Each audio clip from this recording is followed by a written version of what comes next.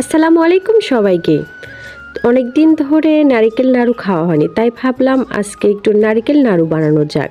তো নারিকেল নাড়ু বানানোর জন্য আমি কিন্তু এখানে তিল ভেজে নিয়েছিলাম, সাদা তিল, আর তারপরে কিন্তু চাল ভেজে নিচ্ছি, চালগুলোকে গুঁড়ো করব। তো আজকে আমি বানাবো মিক্সড নারিকেল নাড়ু।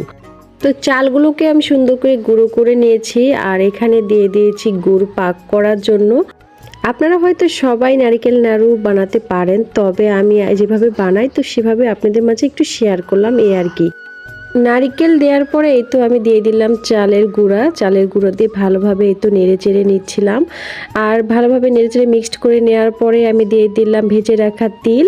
তো তিল দেওয়ার পরে আমি আর একটু ভালোভাবে নেড়ে চেড়ে ভেজে নেব যতক্ষণ না আঠালো ভাবটা চলে আসে। তো এইভাবে মিক্সড নারিকেল নাড়ু আপনারা কে কে খেয়েছেন অবশ্যই কমেন্ট করে বলবেন। আর এভাবে নারিকেল নাড়ু বানালে কিন্তু অনেক ভালো লাগে, যেহেতু মিক্সড নারিকেল নাড়ু তো খেতে কিন্তু আরও বেশি মজা লাগছিল।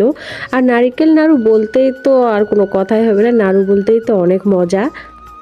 আর এই তো আমার নারিকেল নাড়ু অনেকটা আঠালো হয়ে এসেছে, আর এবারে আমি একটা পরিষ্কার পাত্রে ঢেলে নিলাম। ঢেলে নেওয়ার পরে এই তো গরম গরম কিন্তু নাড়ুটা বানাতে হবে। তো এখানে আমি নাড়ু বানার জন্য বসে পড়ছি, গরম গরম তো বানানোর পরে নারিকেল নাড়ুগুলোকে দেখতে কত সুন্দর লাগছিল। তো আজকের ভিডিওটি আপনাদের কাছে কেমন লেগেছে অবশ্যই কমেন্ট করে জানাবেন। দেখা হবে অন্য কোনো ভিডিওতে। আল্লাহ হাফেজ সবাই।